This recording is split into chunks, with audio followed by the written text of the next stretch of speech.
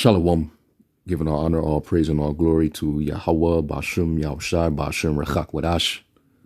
Double honors to the elder apostles and bishops of the great millstone that rule well. And as always, peace, blessings, and salutations to the hopeful elect tabernacle of David that have scattered abroad across the four winds of the earth. Now, what transpired, out there in the UK, where you had you had the Akim out there. They were out there holding camp, doing the will of the Most High. And lo and behold, here come Shaitan, here comes Satan, going to and fro in the earth, right? And he appears and try to, disrupt the brother's ministry. He has to, come forth with his wicked shenanigans, trying to oppose the doctrine, trying to, gaslight brothers, try to come like he's humble and he's a good guy. But really, this is, one of Satan's incarnates in the flesh, all right, who's in opposition to, the Most High in his will. So, I was listening to this testimony, and it just further confirms, our suspicion, with this devil vocab. All right, I really believe that this man is truly set up by the higher ups. We don't know the particular. We don't know, what exact entity, but we know that he's definitely getting funded or sponsored, because the way he's moving, who moves like that, and you're following us around, stalking brothers, stalking camps, knowing that brothers don't want to deal with you, don't want to have anything to do with you, no discussion, no nothing, and you still proceed. So at this point, it's harassment, but also you're following us around. You're compassing land and sea, just to be the devil that you are, and that's why the scriptures tell us, be sober, be vigilant, because your adversary, the devil, as a roaring lion, walketh about seeking whom he may devour. So the way he's moving right now, you can't tell me that this guy is not set up. You can't tell me that he's not an agent. All right. So what I'm gonna do is I'm gonna skip towards like the middle, because it was interesting that he brought out how after they had their dealings with him, and they tried to do the best that they can, because we're not dealing with him. The order is, if any of these guys try to roll up on us, contact your local authorities, because at that point they're infringing on your rights, all right, to freedom of assembly, all right, and that's exactly what we're doing. Our freedom of religion and freedom of assembly. So if they come against us and infringe on our rights, we have a right to contact the authorities. All right, so obviously it didn't work over there in the UK, so them brothers were forced to have to deal with them. And let me get this in 2 Corinthians, because he knows that following us around, to try to get up under our skin, to get us to react, to get us to make threats, that's his whole agenda, really, to demonize us. So his behavior is very antagonizing, and it's to get us to react in a carnal sense. So that's why I want to get this precept real quick. This is 2 Corinthians 10, verse 4.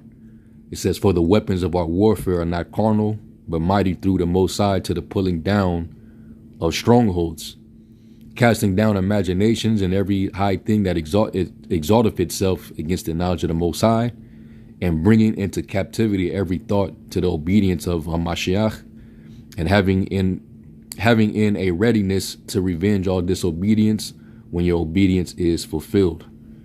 So the way them brothers went about it, it was spiritual, because they couldn't get law enforcement to do their job, to get these devils away so they can continue on with their ministry. So they were forced to have to, basically use the spiritual sword. They had to basically defend the doctrine. They had to, they brought out the precepts, and they still was cutting this dude. And that was pretty much, there was nothing else left. There was no other option. All right. They tried to, go the other route, contact the authorities. The authorities didn't do nothing about it. So this is what they had to do. All right. So they went the spiritual route, and they dealt with them, and they ended up leaving. All right. And your ass, you come past sea and land just to get cut, going all the way over to the UK. So this guy, he's stalking us, worldwide, going to and fro on the earth just like Shaitan. So, I commend them brothers for how they, dealt with the situation. They had no choice. Otherwise, they would have been able to do their thing uninterrupted. But you know how Satan works. When two or three are gathered in the Lord's name, the spirit is there, but also here come the wicked one. All right.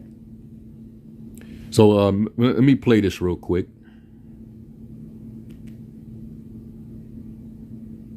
To the point I thought, well, fuck it, if the police come now, what's the point?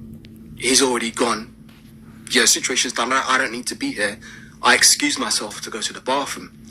Now, I took off my garment and I started to walk further down, and there's sort of like a junction where it's like three roads kind of collide. There's a junction there on the corner.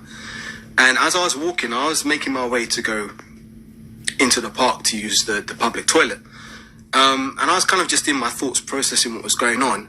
And there was a white car parked at that junction, and it had blacked out windows. Didn't think anything of it at first, but as I got closer to it, the back window wound down, and Vocab Malone was sitting in there, and he looks at me and he goes, "God bless you, Caleb." And I was kind of taken back by that, because I think, first of all, how does he know my name? I mean, I didn't have any direct interaction with him when we were teaching. It was the older brothers in the camp who were actually speaking to him. I was just reading. So first of all, I thought, how the hell does this guy know my name? And then I kind of like, I just kind of looked at him. I didn't really respond. I didn't say anything because I just read that scripture. Just read it again. If they come any unto you, this is 2 John 1:10. If they come any unto you and bring not this doctrine, receive him not into your house, neither bid him Godspeed, for he that bid. Right, and that's perfect, because this man, Haman, Malone, he tries to put off this facade like he's a real humble, likable individual. He tries to play that humble role like he's a nice guy, and he used Christianity as a front. But behind closed doors, he's in operation, under the adversary. Now, he's clearly being funded by an entity.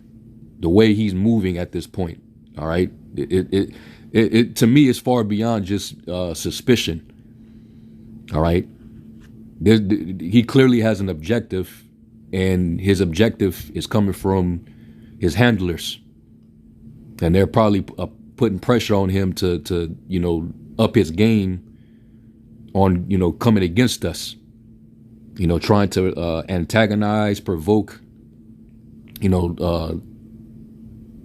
confront us and use mind games and tactics, to try to entangle us in our words, to see if he can catch us saying something incriminating or something violent. That way it could be used against us later down the line.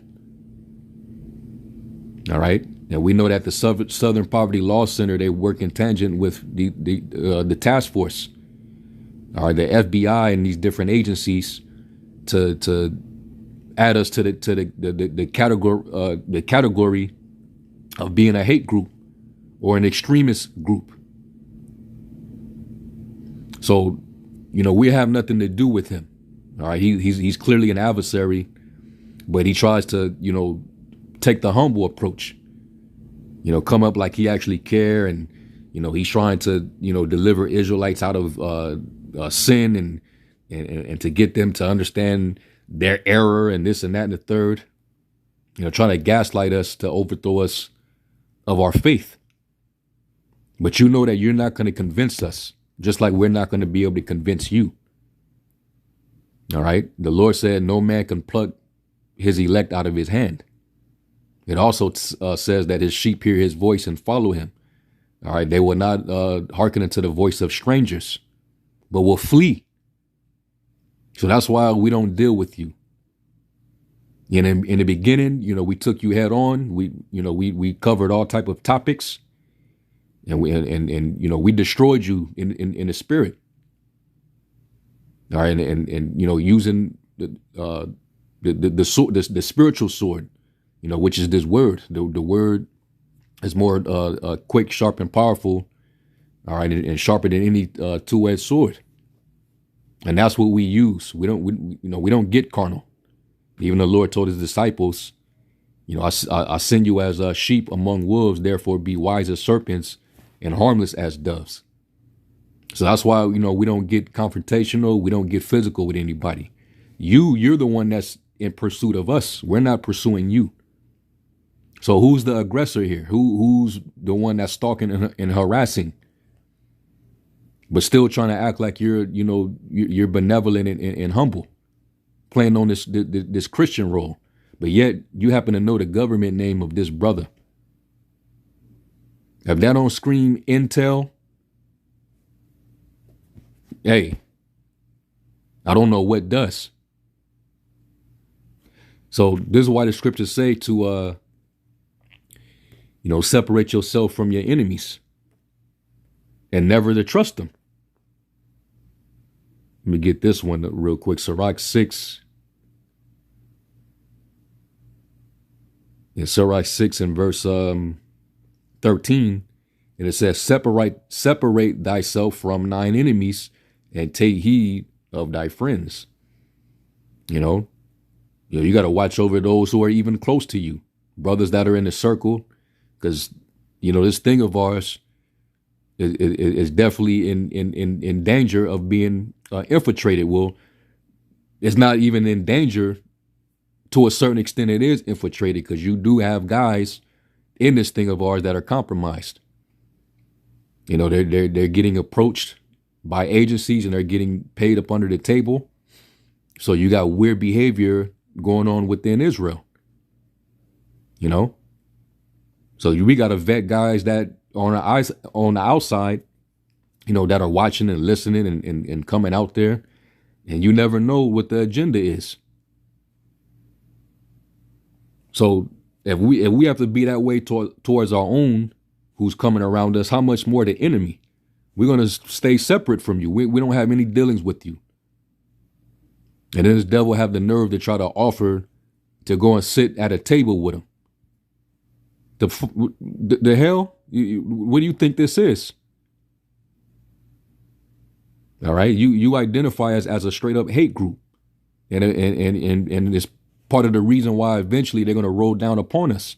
So what the hell will we look like? We would look silly sitting at any table with you, offering to go eat something to eat with it. No, we don't trust you. Let's get Sirach 12. Sirach 12 and 10, it says, never trust thine enemy, for like as iron rusteth, so is his wickedness. Though he humble himself and go crouching, yet take good heed and beware of him, and thou shalt be unto him as if thou hast wiped a looking glass, and thou shalt know that his rust have not been altogether wiped away. All right, so Yeah, we're not going to have any dealings with them. We're not going to shake your hand or none of that. And we're not like the Sakari in them, man. All right, we're spiritual.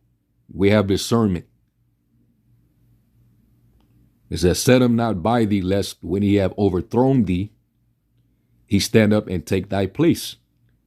You know, because he wants this whole Hebrew Israelite thing eradicated. All right. And he wants to be the guy to play hero. Like, I defeated the whole Hebrew Israelite movement head on. All right. And now Christianity is back at the forefront. You know, everybody's flocking back. No, that's not. Nope. Christianity takes the huge L, man. And it's been the other way around. People leaving Christianity and flocking and hearkening to the prophets.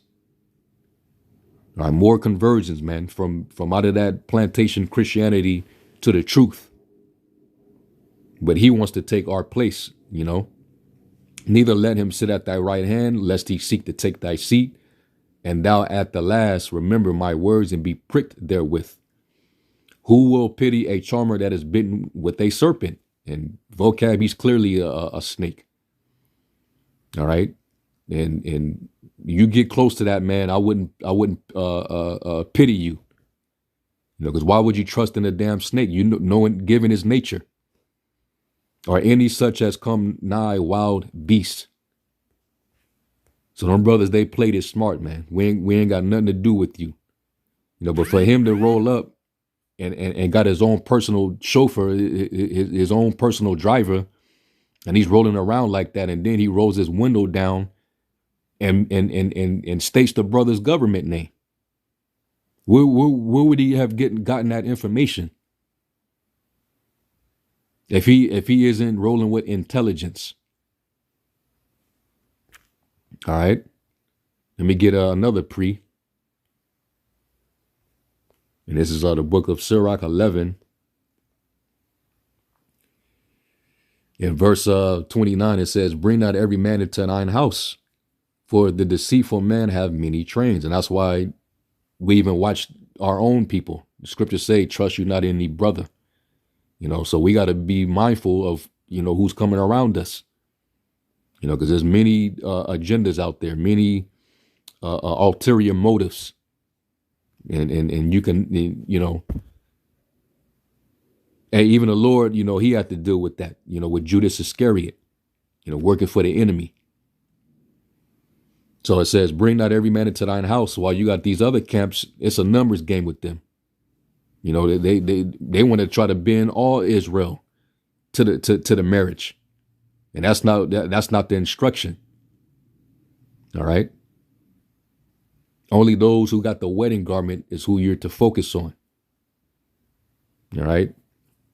It says, like as a partridge taken and kept in a cage, so is the heart of the proud. And like as a spy, he watcheth he for thy fall. And vocab, he's clearly a spy, man. That's why we believe he's Haman reincarnated, because, you know, Haman, you know, he wanted the praise.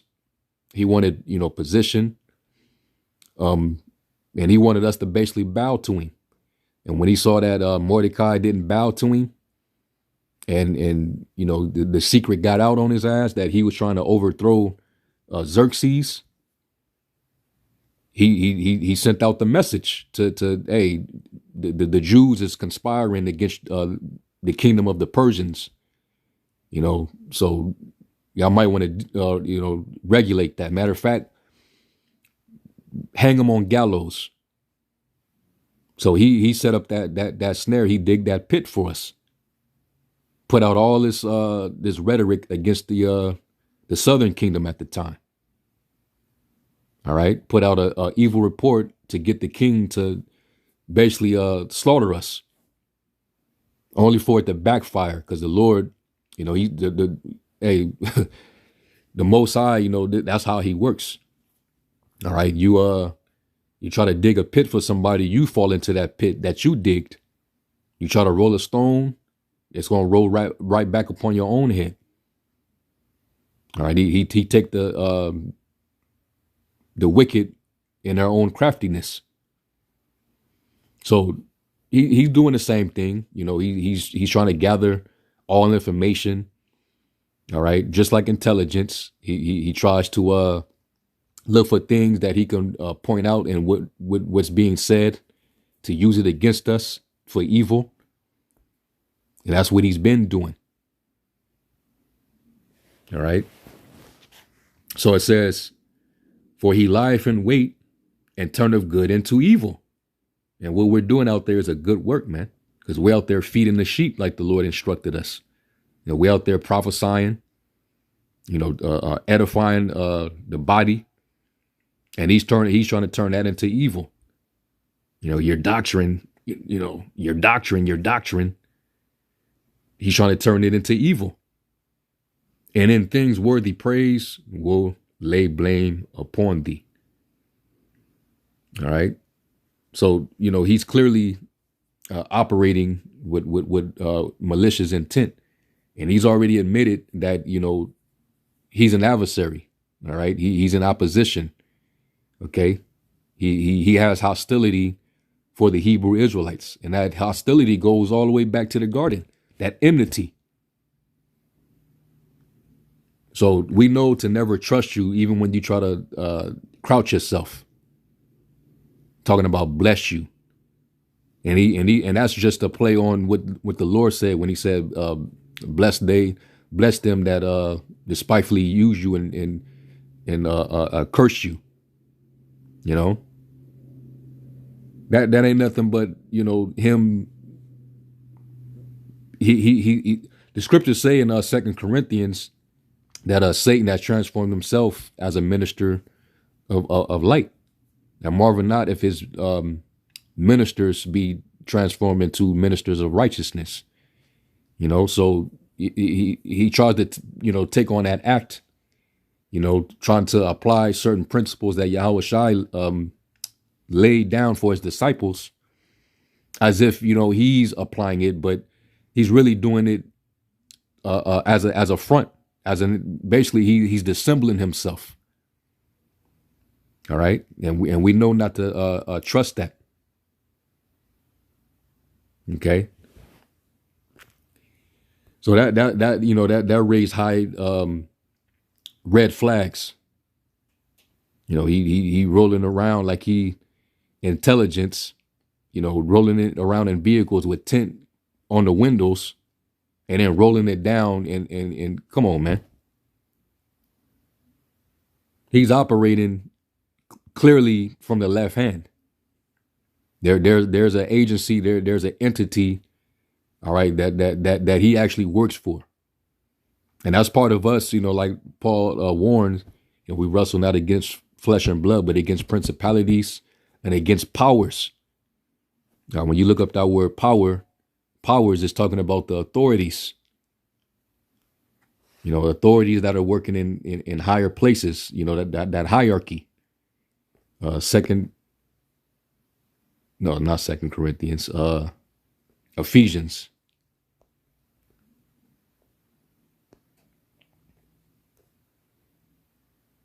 Yeah, Ephesians 6:11, it says, put on the whole armor of the Most High that you may be able to stand against the wiles of the devil. For we wrestle not against flesh and blood, but against principalities, against powers, against the rulers of the darkness of this world, against spiritual wickedness in high places.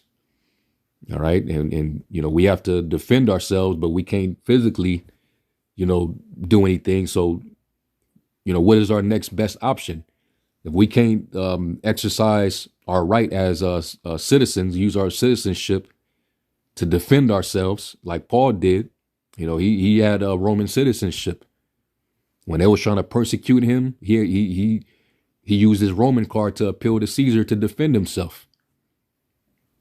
So, whether you over there in the UK or here in America, you as a citizen should have that right. But, obviously this devil, he's out for himself, so they're white supremacists. So their policies really extend to them to protect them, but it loses juice when it comes to us, So this is what we have to deal with. All right. So them brothers, they had to keep it spiritual. So they had to, use the spiritual sword. All right. And they had to, keep that armor on, while in defense.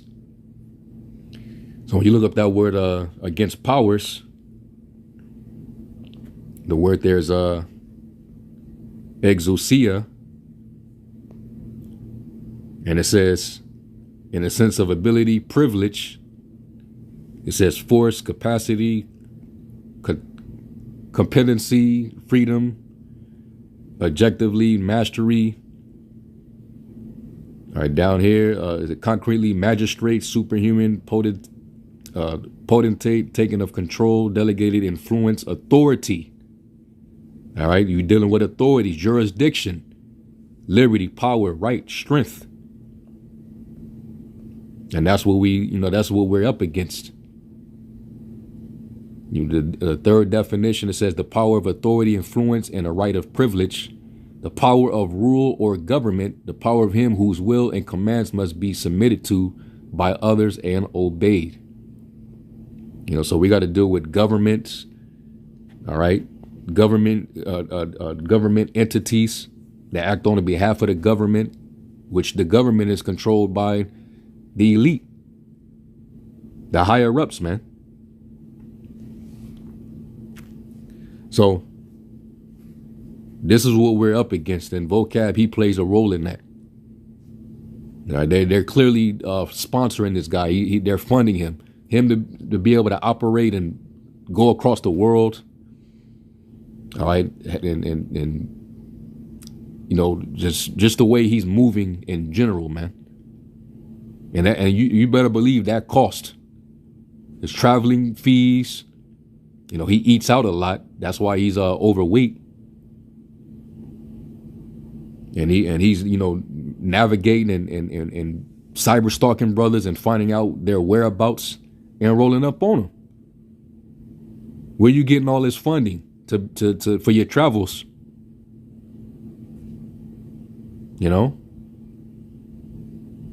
What's your skill where you're able to make a living to be able to operate in this fashion? Because you're 24/7, you're doing this, chasing after the Israelites. So, I have no doubt in my mind, man. The suspicion is justified, and honestly, it's beyond suspicion at this point. I believe this guy is really set up, and this is what we've been feeling for the longest. This just, add more credence to it. We're not ignorant of Satan's devices, man. So we have more than reason to not deal with you. So, yeah, man. But like Paul said, if this be of men, it'll come to naught. But if it be of the Most High, you can't overthrow it. And this is what he's trying to do. He's trying to overthrow this. And it ain't working. All right, you can't do nothing against the truth before it. So with that, I'm going to give all honor, praise, and glory to Yahweh B'Shem Yahushai. To the next one, Shalom.